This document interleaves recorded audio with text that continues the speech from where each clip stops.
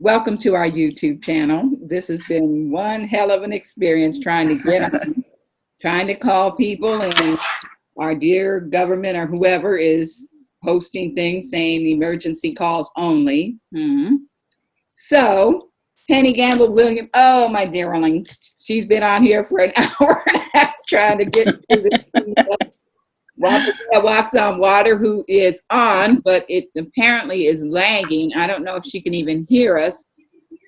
She can hear us, but I guess it's like a delayed thing, and then she will eventually be able to speak, I hope, because she's not on mute. So let's start this off with a prayer, because we need all the prayer and energy and we can muster. Penny, would you like to start? Yes. Great Spirit, Mother, Father, God, thank you for this day. Thank you for this circle of grandmothers and a niece who is helping us through many trials and tribulations with technology. So we appreciate her, but we appreciate Mother Earth. We appreciate the water. We appreciate the sun, the moon, the stars, the animals, and all of creation. As we move through these days of uncertainty, give us a strength, Great Spirit, Mother, Father of creation, to walk in balance. Wapajaya, can you, I see the phone icon. I can't even tell if you can hear us, or try speaking and see if we can get you.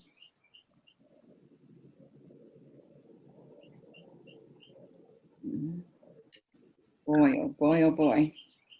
Well, I'll go next and hopefully we'll get her on, her voice on here. Thank you, Creator, great Mother, great Spirit, for all that you do for us, every breath in and every breath out, for all of your creation and allowing us to be part of it, for the lessons that we are learning, for those that are being challenged by Spirit, that to step up, and those that are answering that call, we bless them. For those that are sacrificing so we can learn this lesson, that are at critical mass, that are willing to give their lives to right what's wrong, to redo the energy on this planet, to bring it into balance, to really allow the earth to speak for herself, for people to look deep into their heart and their soul and find the light that's missing, for people to really examine their consciousness and say, how can I allow these things to go on, and not be willing to stand up and step out, for just allowing us to have this journey, and with your grace for overseeing it, for your protection, for your love and your guidance. I say, aho. Aho. So Wapajaya, we don't know what's going on with you. Maybe Aisa can get you and we can get you moving. The goal of this was for the three of us to have some conversations together and really talk about what's going on, and just chit chat, because out of it will come wisdom, humor, and maybe some craziness, but still, we'll have fun doing this. So, Penny, what were the signs that you saw this morning that you want to share? Saw a vulture. Okay. One of the black vultures. And black vultures are about change, transformation, seeing and understanding. They are the ones who clean things up. Mm-hmm. And so it's about looking at life from a different lens. When I saw that black vulture, first I thought it was a turkey vulture, but as it got closer, I realized that it was one of the black vultures. And I said, okay, this is going to be a good day, because this is about change, as every day is. Mm-hmm. But there are certain aspects of life that bring forth positive changes. So that's what I'm looking for today. Awesome. And I think it's interesting too that it's a black vulture who is cleaning things up. Because Yeah. there's so many metaphors in terms of what's going on right now with racial things and all of that, but it is because we've had enough. And so it's with the latest deaths and the military being called out by this racist Nazi president on the people of this country. The prophecies speak of this time, and it's interesting that a black turkey vulture, as you said, they come in and they clean up, and that's Yeah. what's going on. And it's black people standing up and their allies standing with them worldwide, saying enough. You know, I saw a quote from George Floyd's little 6-year-old daughter, oh my God, and she said, "My daddy is changing the world." So powerful from a little girl. yeah. Indeed, and we should be listening more to these little children because they are full of so much wisdom. I know. Those old spirits that are coming back in. And Aisa was saying that even as he was dying, his mother's spirit was there, and he was calling out to her to take Yes. to help him Mm-hmm. across, and in that. So we also know that spiritually that there's more to this than just what we see, and Of I'm course. Of so grateful course. for that. Yeah. Yeah, so I was like on this speaking of nature and being out there, I was this morning I thought, let me pull some cards and see, just for the fun of it, for entertainment, entertaining myself as well as anybody else that might be entertained. So generally, I have many different decks that I play with just for fun, and I do readings, but I so what I pulled first was the grandmother card. Oh, wonderful. Yeah, and grandmother, which we are. And I was Mm-hmm. like, yeah, just accept that you're an old lady and getting old, and and along with it all comes the aches and the pains and the this and that, but hopefully also comes wisdom with that. And then I pulled this one, which is can you see that? Futility. Yeah. I thought, a lot of people think that it's futile what's going on, and that people are willing, are like so exhausted and just so swept up in this, and they feel like we've done this over and over and over, and it doesn't change and it doesn't get better, but step by step it really does. And so then came this one, which is endurance. Mm-hmm. That doesn't mean endure what's happening to you, but have the endurance to know that you just keep plowing forward and we're going to get through this thing. So the 10 of earth, which is wealth, and the wealth isn't just what people assume is money and riches in that way. It's the richness of spirit. That's our wealth. The richness Totally. of community and respect came next. And Mm. and people are learning you have to respect each other, but but we have to not just respect each other, we have to respect this planet, which is part of us. So this one was next, the medicine wheel, Mm-hmm. which is, cycles of movement and how this thing is moving around the earth and the planet, and the energy of all of these people standing up all over the world now saying, we got your back, we're with you. But it's not just enough to say we got your back. We need you to just, get out there and change the policies, change the behavior of people. So, Daughter of Fire came next, Mm. and she's doing ceremony and she's smudging and she's clearing the air. And right Mm-hmm. now, women shall lead, and women and men. I mean, everybody's going out, but women are voices are extremely powerful. And this young man that was here fixing some stuff, he was saying he was in Home Depot, who we don't support because they support racist regimes. And he was saying how he was looking for a certain part, and he looked and he spent 45 minutes talking to a bunch of men about what part. And he said, and this woman was sitting there the whole time. And after they got through confusing him completely, I'm sure, she walked over, took him by the wrist, and she said, I've been listening to this conversation for 45 minutes. Come with me. Let him right to what the thing was. Pointed to it and said, there it is. I was like, rest my case. So the next one is you'll appreciate, because what did you tell me earlier? Stone people. Oh, stone people. Yeah, Yes. records knowledge, and knowing is revealed through the stone people. Mm-hmm. Then, of course, comes great mystery, Oh, yeah. which is the original source, and going back to the original source and knowing how powerful we are in spirit. Mm-hmm. And then returning home, which a lot of people are, but returning home can mean so many things. It can mean returning home in terms of leaving this life, but it also Mm-hmm. means going into your inner core. So I'll, speak on that a little bit, if you would. What comes to your mind? Oh, so many things come to my mind as you pull those cards. To get to the stone people, stones have been here forever, from the beginning of time, and they came from many places. Mm-hmm. And, if you think about, we as two-legged, we come from many places. The stories of creation, Mm-hmm. speak of coming from the sky, coming from the ground. So many indigenous people from around the world have their own creation stories, and so many times stones are involved in these stories. So my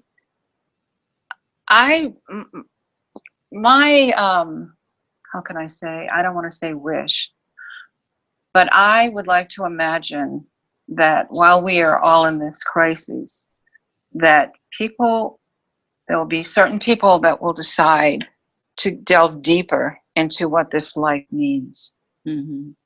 When they look into the water, when they shower, when they drink water, these things are so precious to us.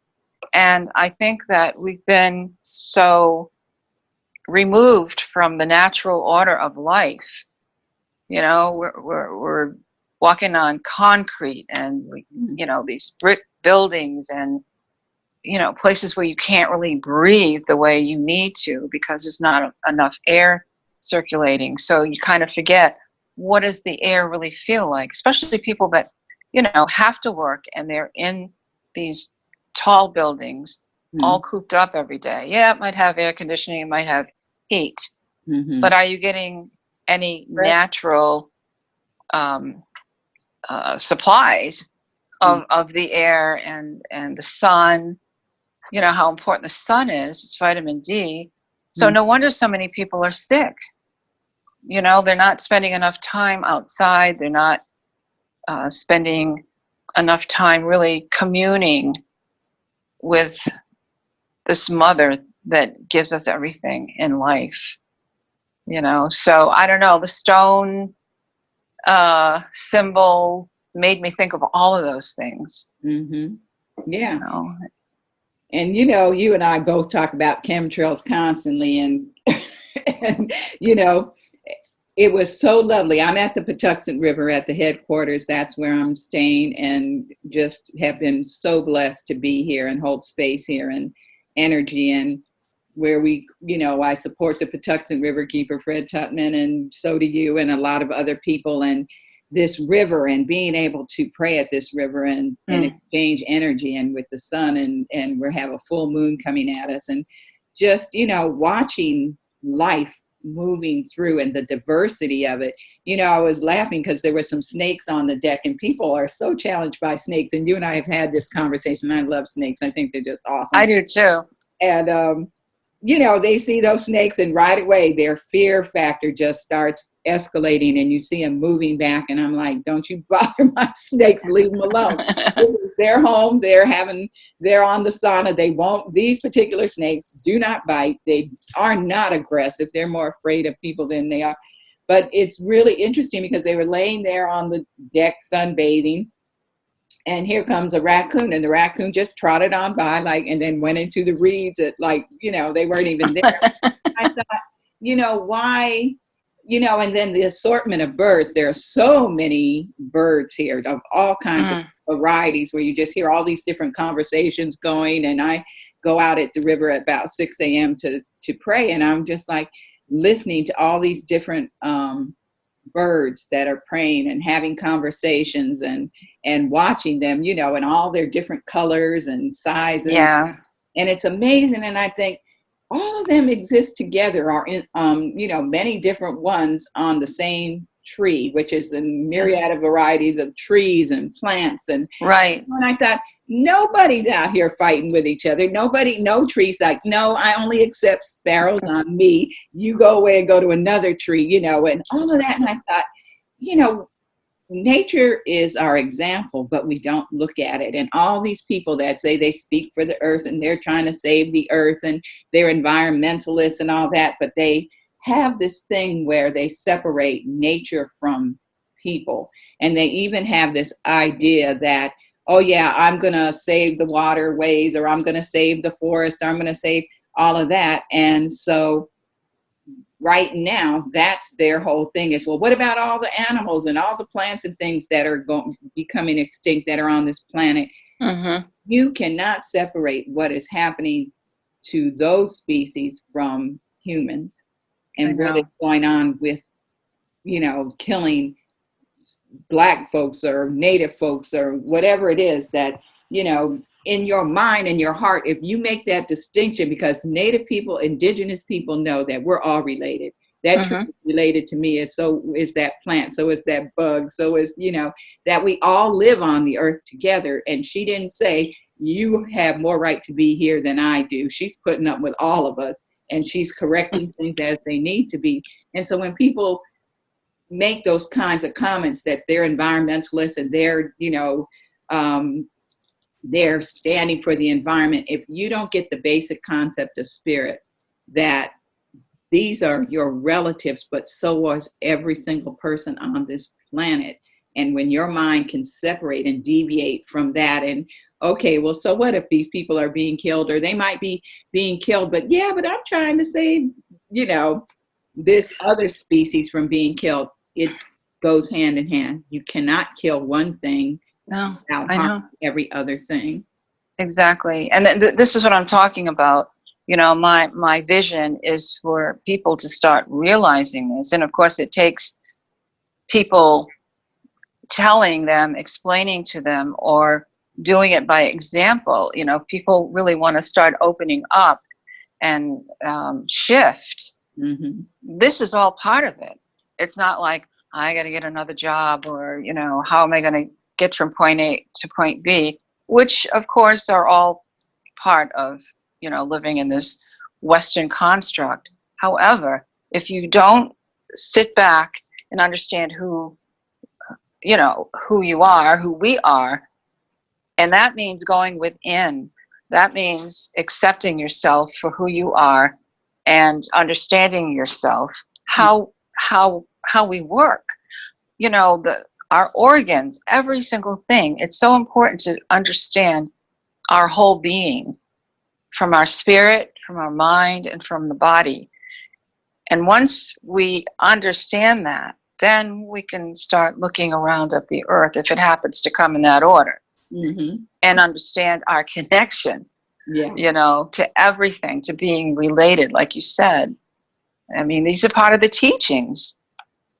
And so I think we have a long way to go. But, you know, I also have this feeling that things, you know, there's a quickening that's happening. And there's a certain energy, you know, once you can wade through all the negativity and the thickness that's out here, and you just quiet the mind, and you start understanding that there's another energy that's quietly seeping in, you know, that's kind of parting the way for us to start really seeing.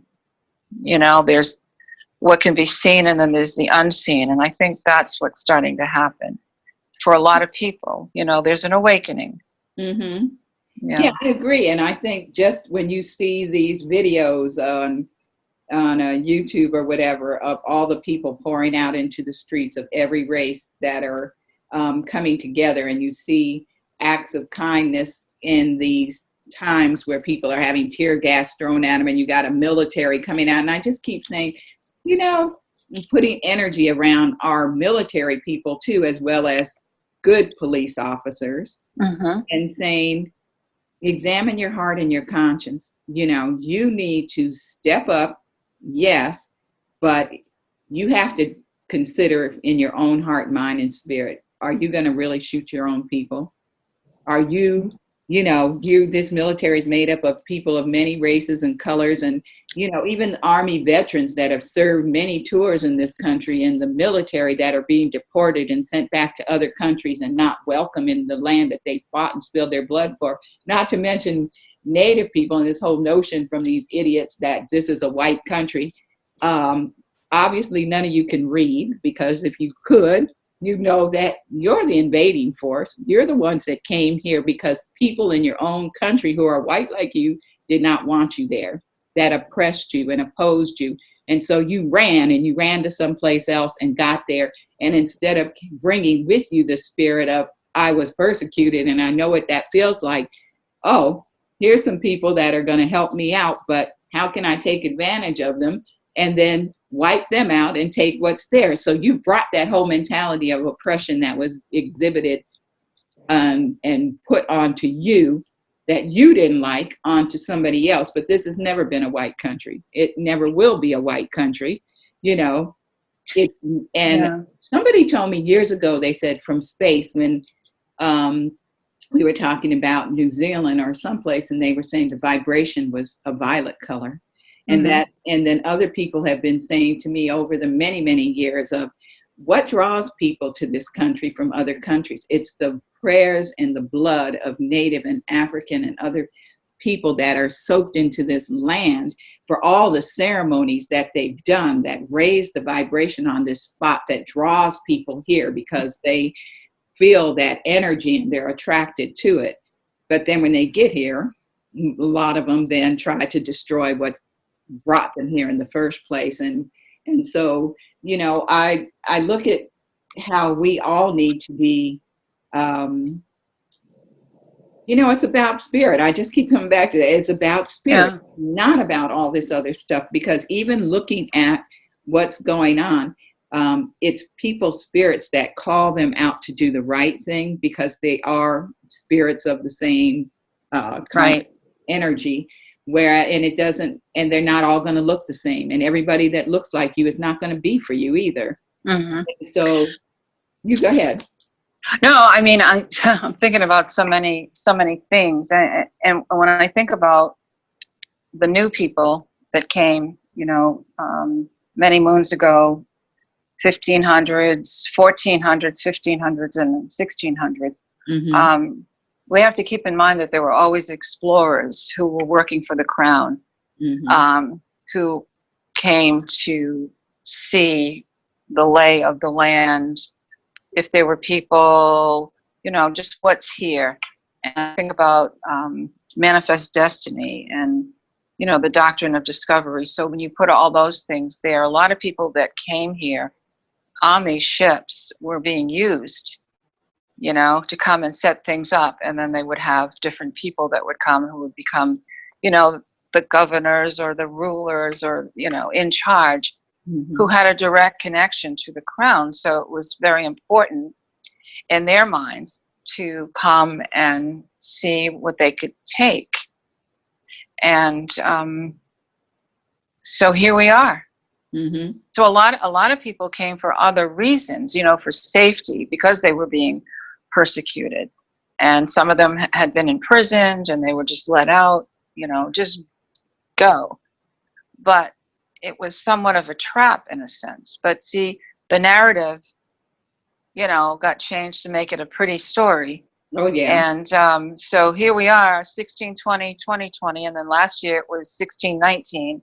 Mm-hmm. You know, 2019, and that's when the enslavement of Africans brought from Africa, you know, here to Virginia Mm-hmm. was, you know, that, oh gosh, you know, 400 years. And now it's 1620, 2020, the commemoration of the English coming and settling in Patuxent, and they changed it to Plymouth. So there's a lot of history, a lot of things have happened, and there again, you have people who are running around, they don't know the history. They only know the pretty story. Mm-hmm. And some of their pretty stories are, of course, the Revolutionary War and the Civil War. You know, they're like, yes, we won this and we won that. And it's all about bloodshed and it's all about territory. Mm-hmm. But they're losing the whole essence of what really happened and why it happened. Well, And that's why they were used, you know? yeah, and the fact that the earth was never divided. The earth has ley lines that are normal and natural phenomenon, but the earth does not have parcels and parts that says, okay, this is your country, this is your territory, and you can just go anywhere you want and claim land and people's bodies and everything that live in other places, and that you can mine their things and take whatever and take their culture and, you know, use their pretty pictures on billboards and their traditional clothes as tourists and traps. But when you're killing them at the same time, the fact that people were so upset at one point about the Amazon rainforest being cut down and all that, and you know, and this is the problem, is that things have this people have such a short attention span. People went crazy. Okay, oh my God, the Amazon rainforest, you know, look what they're doing there. Look at Australia, look what's happening there.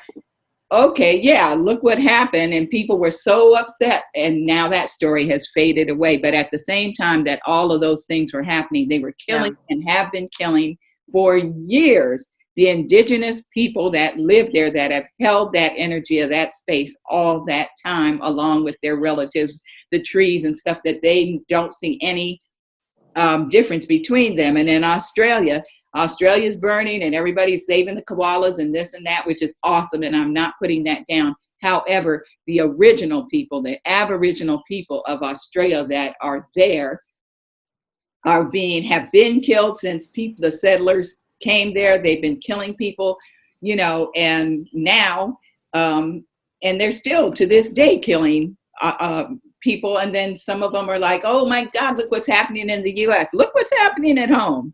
Exactly. What you're doing to the Aboriginal people, the people of that land who live in misery in their own country, and you're living large and you have all this tourism. Look at the Hawaiians, you know, you don't want them on Mauna Kea, and you're telling them they can't in their sacred places, and they're digging up native sacred places, and all of these things that show just the disregard for somebody else's culture and land. But I was, you know, looking, as I said, at the variety of birds and things out here, and I'm just, you know, they live in synchronicity with us. And I was laughing with you this morning because I said, oh, what did you see when you went out? And you were talking about, you know, the buzzard and stuff. And I said, you know, I went for a walk this morning. Every morning I go out on the river and then I go for a walk up the road. And so, and just, you know, Mother, what do you want to show me today? Because she's been showing me so many things, different plant medicines and stuff. So I'm walking up the road and I thought, okay, I'll go walk. And these bees just kept buzzing around my head. Just kept buzzing. And I'm like, leave me alone. Just, you know, get off me. And they're just bouncing off my head and just all this stuff. And they followed me all the way down the road. And I was like, look, there's plenty of flowers over there. There's, you know, berries and things why are you bothering me? Why you gotta, you know, follow me around and make my life miserable? And they just kept coming.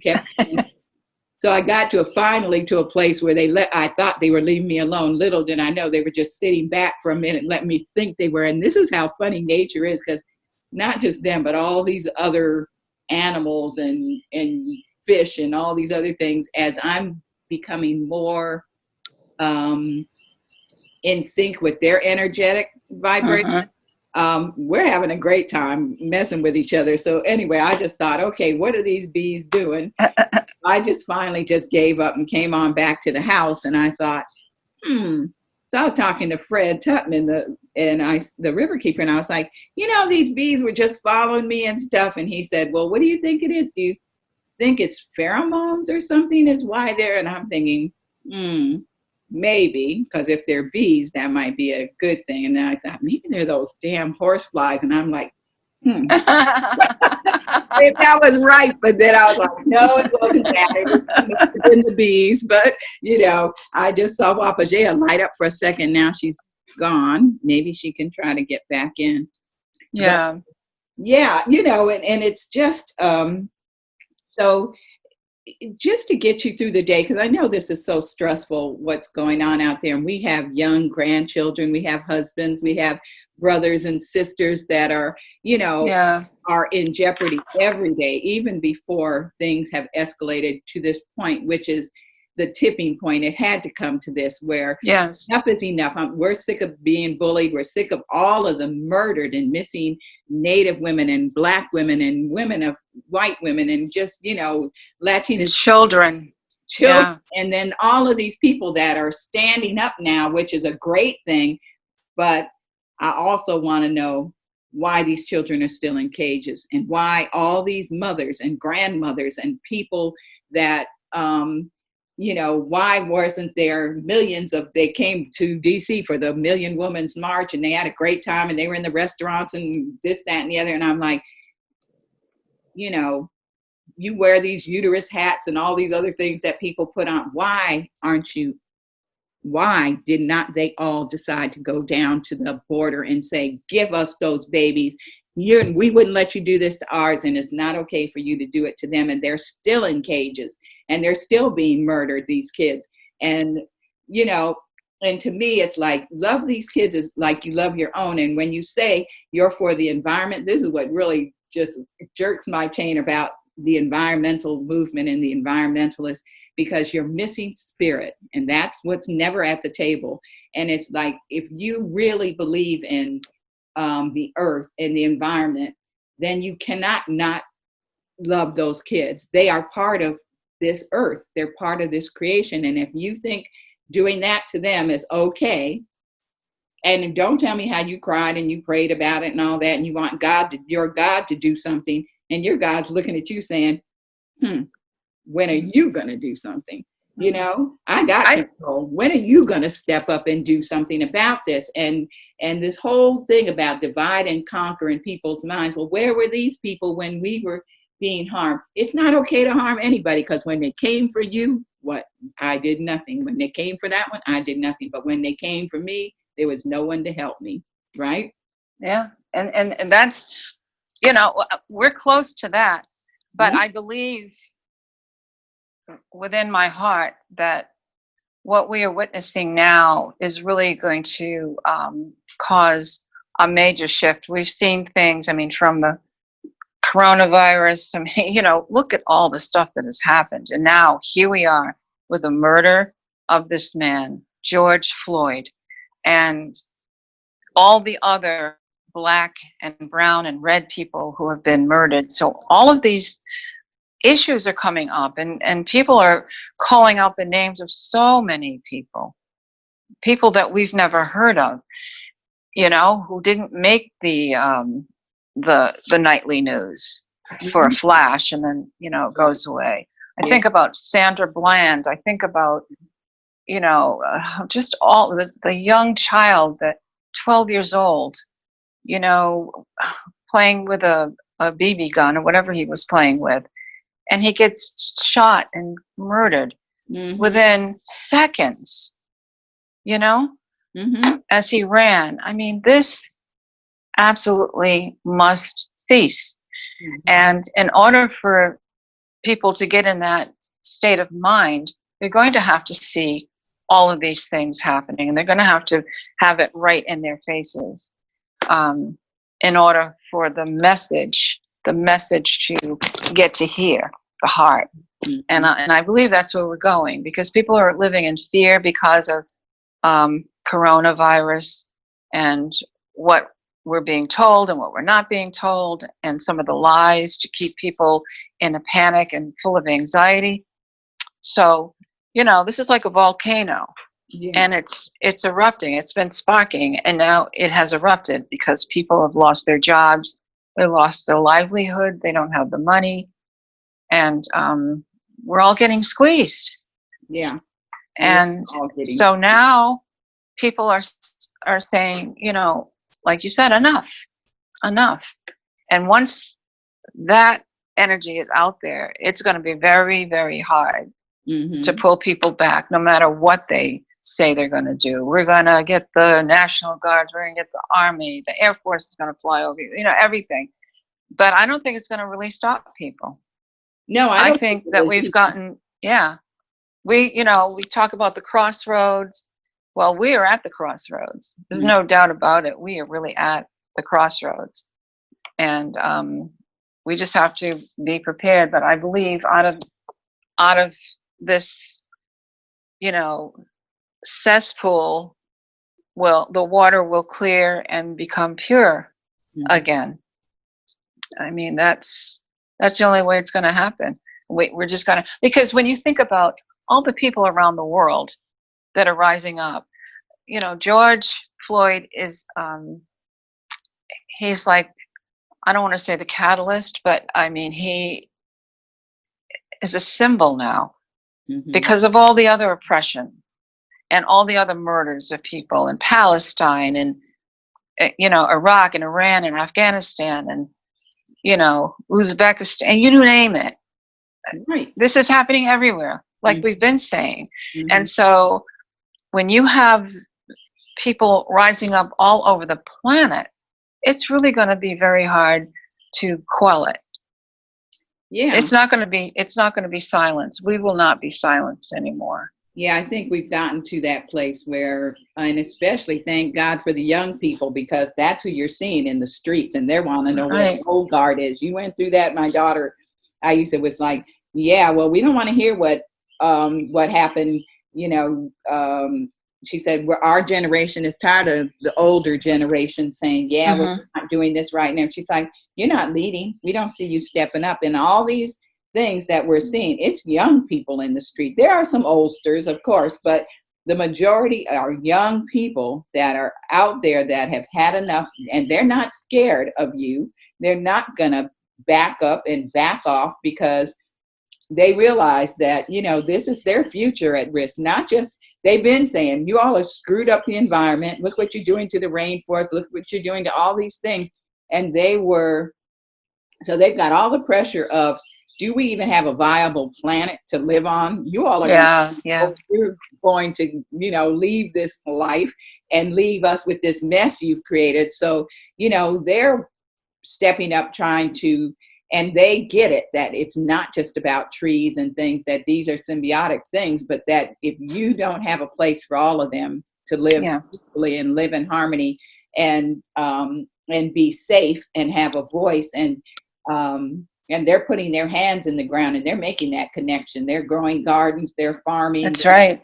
They're doing, they want to know about spirit. They want to know about how to get along. There are a lot of interracial couples there, and it's like their whole thing is enough of this stuff. We're deciding what the next 7 generations is going to look like, and they're coming in strong, old spirits. And then also they're having children, and they're like, okay, what are we bringing our children? What madness are we bringing our children in? So you all can't fix this. Get out the way, because we will.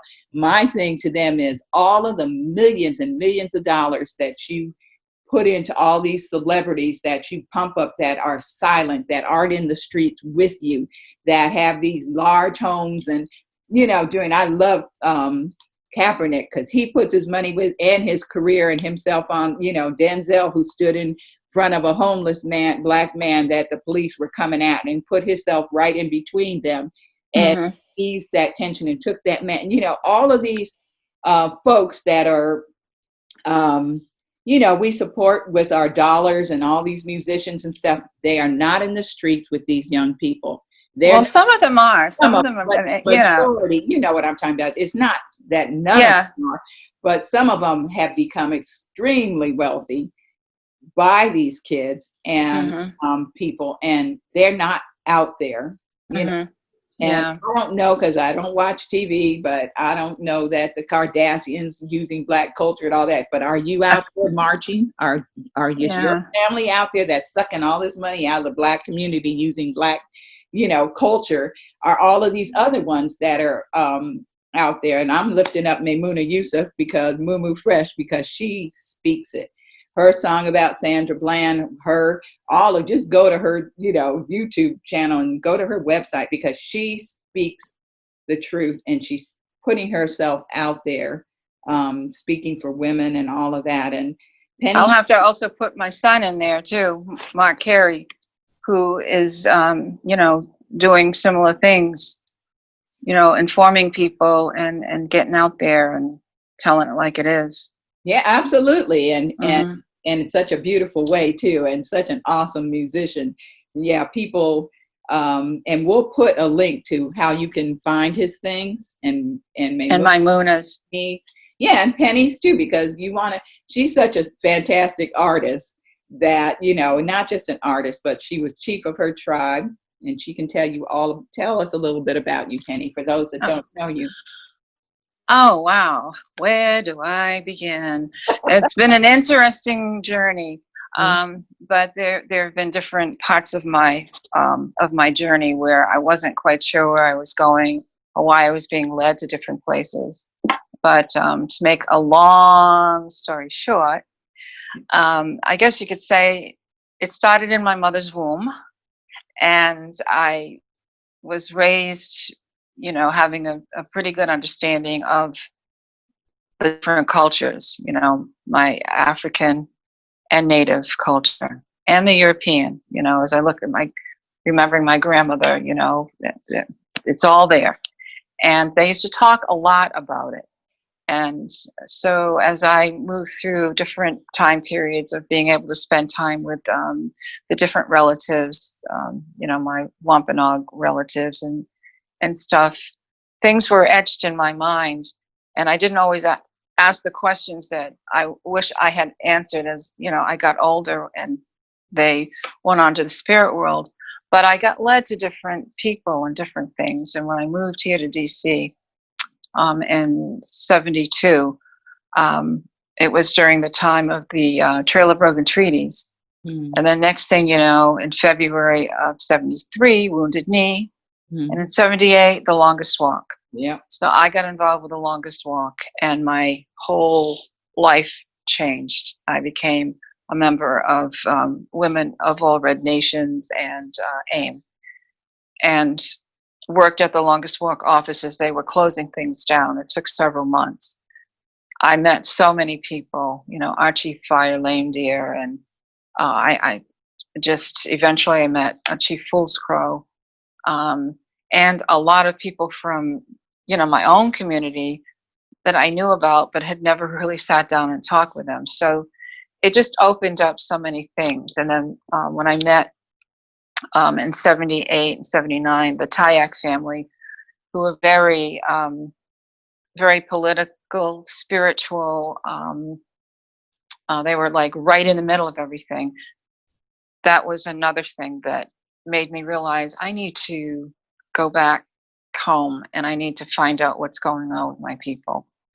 So that took quite a few years, and we started organizing and coming together on a whole different level. Some people call it reconstituting, your tribal selves, and looking at the land. We got to go back to Chappaquiddick. And so I became an elite, part of the leadership. I was elected the tribal Sunksqua, or chief.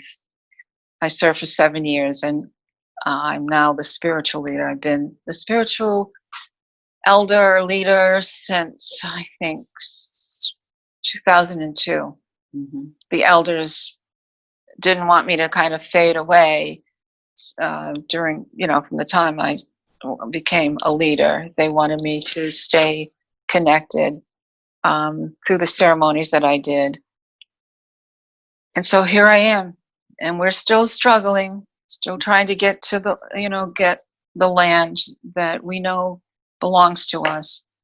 And I've got piles and files of the different, things that we've been dealing with. But it's all, it's all a part of the journey, right? Yeah, definitely is. Just can't give up.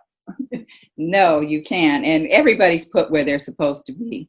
You were Yeah. sent there to do the things that you're doing, and and out of that, enriching yourself as well as your tribe, the making a space for the next generations to come to be able to be on their land and do ceremony, raising that consciousness of the people that have taken your land, that you can squat on there all you want to, but it's still our land. We don't lose connection with it spiritually just because You don't. It's always good to plant your bare feet on the ground, and feel the sand and the grasses and just the aroma. I probably didn't even mention Chappaquiddick Wampanoag. Those are my people. Mhm. And the little island, which is connected by a sandbar to the main island of Martha's Vineyard or Nope. Mhm. So yeah, it's quite a history and quite a story, and we're still here. Yes, you are, and we're grateful for that. People, it's funny because I have a lot of, I was thinking this morning about this whole, in terms of division and who are you as a people. I remember being in junior high in an all white, almost completely white junior high school in the San Fernando Valley, and just listening to some of the racist remarks people said and just seething, and then had a teacher come up to me at the end of class one day, and she said, and all the kids are standing at the back of the classroom, and she walked over to me and she said, I just wondered what you are, because your skin is so pretty, blah blah blah blah blah, so I was just wondering what you are. And I'm just looking at her like, what do you mean? What am I?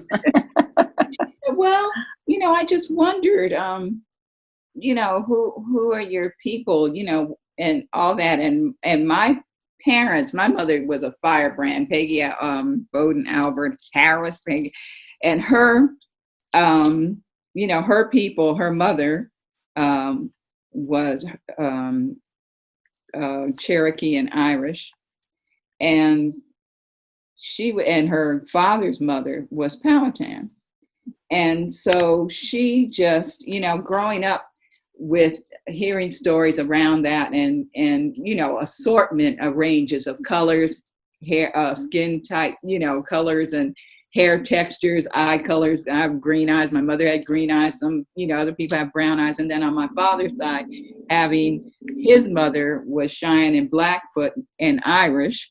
And so, and his father, people, Bowdoin College in Maine, they were like French Huguenots, but also part of that family was African American and maybe Native, I don't know. And so we had a strain of blue eyes, within the family from my father's side, red hair, all kinds of stuff. And we had assortment of colors and as I said, hair textures and all that. And so, thinking back to, well, what makes a person? It's about spirit. Growing up with an uncle who, that's all he talked about was being Cheyenne and Blackfoot. They weren't raised on a reservation, but he taught me what he knew about Native culture. My grandmother, who looked like your stereotypical Native woman, who would never speak about it, period. Mm-hmm. And me growing up just the little loopy kid that I guess they thought I was, that talked to spirits and saw spirits and, ethereal beings and all that kind of stuff. And just knowing that there's such a diversity of what's been created, and it's not just one thing, and none of us are just one thing anymore, And so the other thing is, I think about this a lot, and I think about African American people. After one of the walks in DC, one of the marches, and my little trooper Aisa that goes with me everywhere, and Ice Turtle Girl, look her up and follow her. She's one of the dynamic young people too, but who is just constantly stressed by her mother's lack of technology and all her and her auntie. and her aunties. And so, but meeting some of these people coming from these walks and seeing some of them at the metro stations and some of the guards, and they're like, we had on regalia and had drums and whatever, and we're coming back to get on the metro, and several people stopped me and said, in my family, they talk about having native blood, that they knew that certain relatives had, and they said, but we've never been welcomed by Native people. We've never been accepted into, and there is that racism that runs within all peoples. And so, and I think about it too, because my father always told us, he said, we, from his mother's side, that they came from Arkansas, and he said, and my great grandmother came in through the Trail of Tears, and he said, when they came and they were going to enroll the family, they said no. And so, and when I asked my grandmother about it years later, and she and I were talking, and I said, what is the why didn't they want to be enrolled? And she said, I don't need anybody to give me a card to tell me who I am. I don't need their seal of approval, and I don't need them to say whether or not I can be what I am and who I am. Yeah. And that's how I feel about it too. And I feel like, we need to get out of this whole psychology of that's been run on, the game that's been run on us, of having the people that conquered and massacred you, then giving them the power over you to say whether or not you're a Native person. The Wampanoags are fighting that right now. What is about sovereignty and all those issues? And I'm like, when are we going to correct our thinking and our mindset of, no, you don't get to I don't have to come to you for a card from this government that validates me and says whether or not I'm a Native person and whether or not I can be part of a tribe, and then using that as a measuring stick to use against other people that have the blood and that are searching or kicking whole. You want to say you honor tradition, but then there are tribes that are kicking the Black freedmen who fought alongside your people that walked on the Trail of Tears, and now you got money. Now you're saying, okay, we need to clear the rolls because we don't want to share, and your ancestors who you want to then haul up and say, look at that, are turning in their graves saying that's not how this was. That's not who we are. Exactly. Get with the program, people, because, and right now the women shall lead. And I know a friend of mine sent me, and then I'll stop my rant, this thing, and it was Wilma Mankiller, who supported kicking Black folks or mixed people of African heritage or free people off of tribal roles, and then years later said that was her biggest regret. Exactly. It might be your biggest regret, but what you put in motion, and you're not here anymore, is continuing to, you got to work that out on the other side. But I'm just saying, we need to not be in a situation where we have to regret the things we do to others. Yeah. We have a lot to learn. But my sister, I'm going to have to. Me too. Yeah. This has really been beautiful. And when we can get our sister, we will, Wapajea, with us, that'll be great. But this was great. It was. I so appreciate you. You too, and your art and your spirit and your love. And we'll put how to get in touch with Penny on here. And Wapajea was with us. She was trying to get in, and I've been trying to call her. And this is something, I just want to put this out there, that we tried over and over to get her on board, and she managed to get in a little bit. But every time I tried to call her or text her, immediately on the phone screen was for emergency calls only. Right. So I wasn't able to reach out to her, and she did try to get on, and so we'll do another one with her so that you can uplift her voice, and we'll put how to get in touch with her as well on there. We will elevate the conversation and say, thank you, Mother, for letting us have this wonderful conversation. Thank you for just allowing us to be in the protection of our people and family, and we will do our best to step up our game and raise our vibration.